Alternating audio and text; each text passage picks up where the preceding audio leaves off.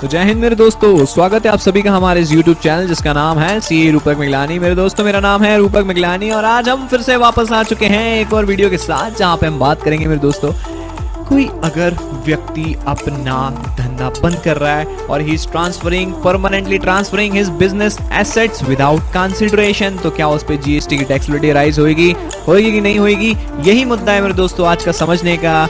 And will going to understand whether the permanent transfer of the business assets without consideration, if it is done so, what will be the taxability or what will be the GST implication in such scenario? We have to discuss it today. So let's proceed further, my dear friends, without wasting a single minute, and let's discuss about the same.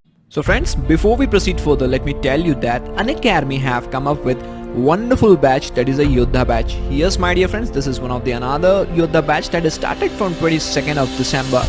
And this batch has been specifically designed for the CA inter aspirants who all are appearing in May 2021. Alright my dear friends, and what are the benefits of this Yoddha batch?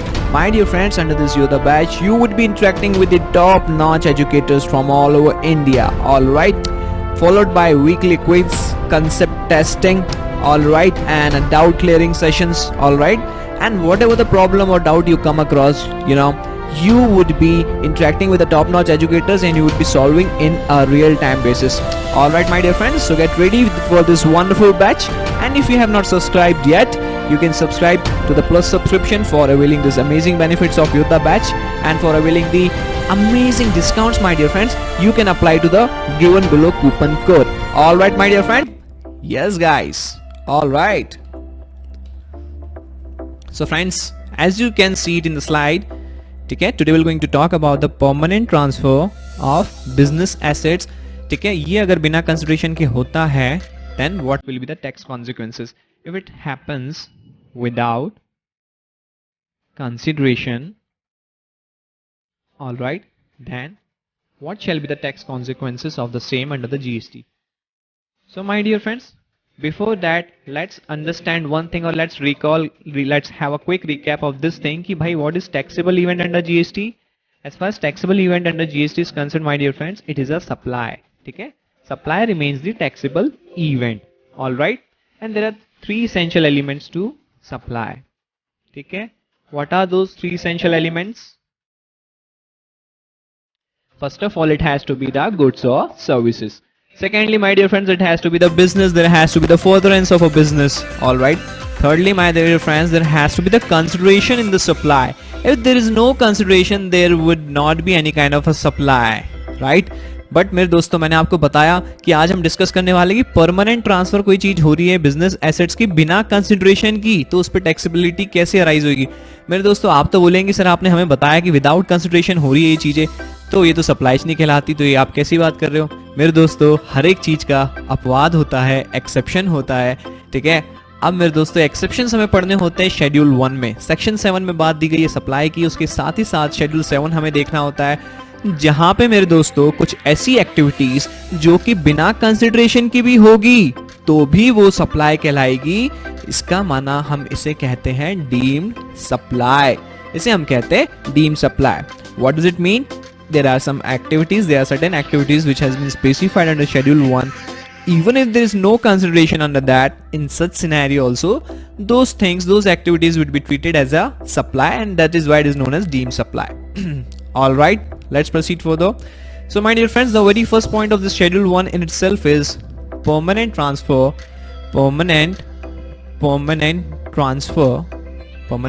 or disposal of business assets where input tax credit has been availed. So my dear friends, please have a look over the slide.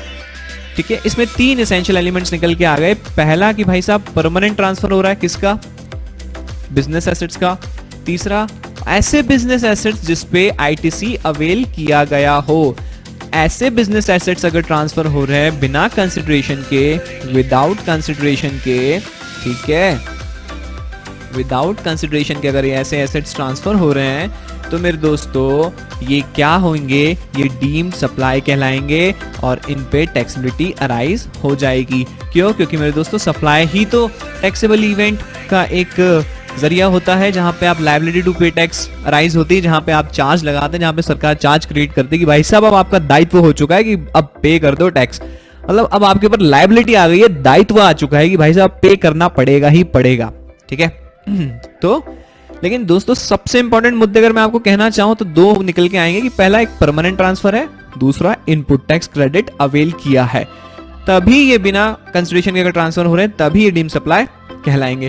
कहने का मतलब ये हो गया कि एक और तरीके से इसको समझे तो कहने का मतलब ये हो गया कि भाई साहब अगर आईटीसी अवेल नहीं किया है, आईटीसी अगर अवेल नहीं किया है तो ये परमानेंट ट्रांसफर हो रहे बिना कंसिडरेशन के लिए तो ये सप्लाई नहीं कहलाएगा, ठीक है। या फिर इसको एक और चीज अगर बोले कि भाई साहब ये परमानेंट ट्रांसफर अगर नहीं है, ठीक है, तो भले ही बिना कंसिडरेशन हो रहे हैं ये, ठीक है, और आईटीसी भी अगर अवेल किया हो लेकिन परमानेंट ट्रांसफर नहीं है तो भी ये डीम सप्लाई नहीं कहलाएंगे, ठीक है।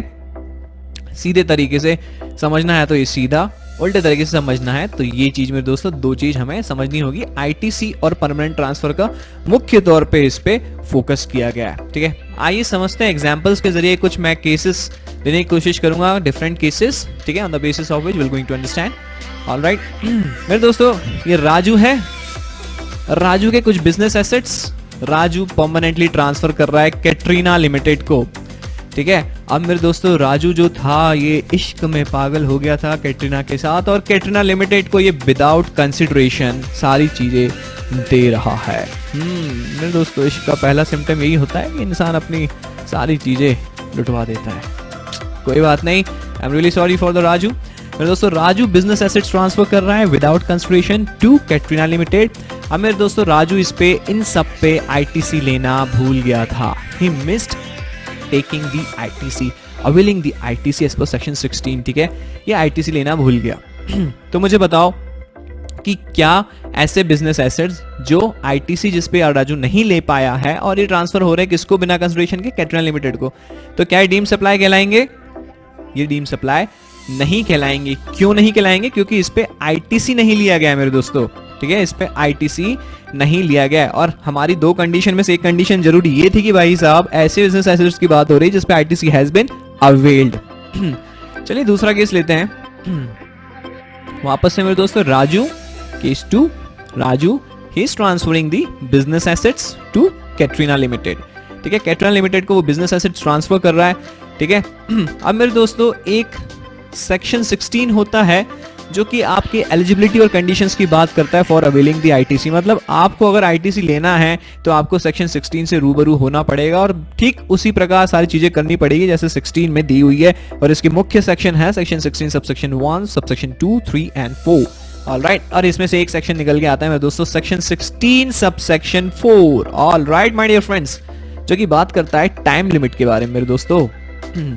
टाइम लिमिट मतलब स्पेसिफिक एक टाइम लिमिट दे दी गई है, स्पेसिफाइड टाइम लिमिट दे दी गई है। भाई साहब अगर आपने उस दौरान, उस दरमियान अगर आपने इनपुट टैक्स ले लिया तो ले लिया, उसके बाद आप नहीं ले पाएंगे। तो मान के चलो कि जो टाइम लिमिट 16(4) में स्पेसिफाई की हुई थी, ठीक है, राजू ने वो टाइम लिमिट के अंदर क्या नहीं लिया, टैक्स क्रेडिट अवेल नहीं किया, तो इसका मतलब आप वो कभी नहीं ले सकता।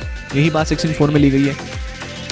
तो अब ऐसे बिजनेस एसेट्स ट्रांसफर हो रहे हैं जिसको 16(4) के वजह से, जिसमें टाइम लिमिट के इशू की वजह से राजू ने टैक्स क्रेडिट नहीं ले पाया था मेरे दोस्तों, और ये कैटरीना लिमिटेड को विदाउट कंसिडरेशन ट्रांसफर कर रहा है। तो क्या ऐसे सप्लाई को, ऐसे परमानेंट ट्रांसफर को क्या डीम सप्लाई बोलेंगे? Answer is no. वापस से क्यों ऐसी चीज हो रही है? क्योंकि भाई साहब वापस से यहाँ पे क्या हो रहा है, आईटीसी यहाँ पे अवेल नहीं किया गया, आईटीसी अवेल नहीं किया गया। अब वो किसी भी XYZ रीजन की वजह से अवेल नहीं किया। पहले केस में हमने देखा भाई साहब भूल गया, ठीक है, दूसरे केस में 16(4) की कंडीशन कंप्लाई नहीं की, ठीक है। चलिए एक और कंडीशन लेते हैं दोस्तों बेहतर तरीके से समझने के लिए। Case 3, Raju is transferring the business assets to Katrina Limited once again without consideration. As I've told you, Raju was crazy for Katrina and he just gone mad. सब कुछ दुनिया लुटवा दी उसने, सब कुछ, घोड़ा, गाड़ी, बंगला, सब कुछ, लैपटॉप, सब ट्रांसफर कर दिया, ठीक है। मेरे दोस्तों इसमें से एक राजू ने ट्रांसफर किया motor vehicle. So my dear friends, there is one section called as section 17 subsection 5, all right, which talks about the block credits ठीक है मेरे दोस्तों, सरकार ने एक धारा सेक्शन 17 सबसेक्शन 5 लाके कुछ नोटिफाइड गुड्स और सर्विसेज में ऐसा बोल दिया है कि भाई साहब ये नोटिफाइड गुड्स और सर्विसेज है ना, इसमें आपको किसी भी हाल में टैक्स क्रेडिट नहीं मिलेगा, आईटीसी नहीं मिलेगा, इनपुट टैक्स क्रेडिट आप एलिजिबल नहीं होंगे अवेल करने के लिए। अगर ये नोटिफाइड गुड्स एंड सर्विसेज को आप खरीद के लेके आ रहे हैं, उस पर टैक्स पे कर रहे हैं, तो ये टैक्स क्रेडिट नहीं मिलेगा। कंडीशंस कुछ है जो कि हम आगे 17 सबसेक्शन 5 जब डिस्क्राइब करेंगे दोस्तों तब बात करेंगे। ठीक है, तो मेरे दोस्तों उसमें से ही एक मोटर व्हीकल होता है, चलिए समझाता हूं आपको। उसमें से एक मोटर व्हीकल होता है दोस्तों, ठीक है, मोटर व्हीकल। अगर आप मोटर व्हीकल परचेज करके ला रहे हैं जिसकी सीटिंग कैपेसिटी जो है, सीटिंग कैपेसिटी लेस देन और इक्वल्स टू 13 है, ठीक है, मतलब 12+1 ड्राइवर को मिला के 13, ओके, ये इतनी सीटिंग कैपेसिटी आप ऐसे मोटर व्हीकल को परचेस करके ला रहे तो इस पे आईटीसी नहीं मिलेगा, मतलब ये ब्लॉक क्रेडिट है, ये ब्लॉक क्रेडिट है। और राजू ने ऐसे ही मोटर व्हीकल को परचेस किया था, अपने पास रखा था, इसका बिजनेस एसेट्स था, लेकिन वो आईटीसी रॉबर्ट अवेल नहीं कर पाया था। और ये गाड़ी भी ये ट्रांसफर कर रहा है as a part of a business assets permanently to Katrina Limited. अब मुझे बताओ ये जो गाड़ी है क्या ये डीम सप्लाई कहलाएगा? डीम सप्लाई कहलाएगा? आंसर इज नो, नहीं कहलाएगा दोस्तों, क्योंकि आईटीसी अवेल नहीं कर पाया। ठीक है, तो मेरे दोस्तों मुद्दा जो निकल के आता है कि भाई साहब पहली चीज तो परमानेंट ट्रांसफर होना चाहिए, दूसरी चीज ITC should have been avail. ITC avail नहीं किया किसी भी रीजन से, किसी भी XYZ रीजन से, हमने केसेस जो अभी सिनेरियोज देखे, किसी भी रीजन से वो आईटीसी अवेल नहीं कर पाया, तो ऐसे बिजनेस एसेट्स जिस पे आईटीसी अवेल नहीं कर पाए मेरे दोस्तों, वो विदाउट कंसिडरेशन भी हो रहे तो भी वो डीम सप्लाई नहीं कहलाएंगे, मतलब शेड्यूल 1 में वो कवर नहीं होंगे। ठीक है, लेकिन ऐसे एसेट्स जरूर कवर होंगे जिसपे आईटीसी हम ऑलरेडी अवेल कर चुके हैं और हम वो परमानेंटली ट्रांसफर कर रहे हैं किसी को, तो वो डीम सप्लाई कहलाएगा if it is made without consideration. Even if it is made without consideration, then also that will be a deemed supply. All right, guys, my dear friends. So today we have understood about the point where we were talking about the permanent transfer of any business assets on which input tax credit has been availed earlier. What will be the taxability on that if it is transferred without consideration? तो I hope मेरे दोस्तों आप सभी को ये video पसंद आया हो और आप सभी को समझ आया हो जो भी आज हमने डिस्कस किया। तो मेरे दोस्तों वापस मिलेंगे हम अपने एक और अनदर वीडियो के साथ, तब तक के लिए टाटा गुड बाय मेरे दोस्तों, जय हिंद, स्वस्थ रहिए, खुश रहिए, बाय बाय फ्रेंड्स।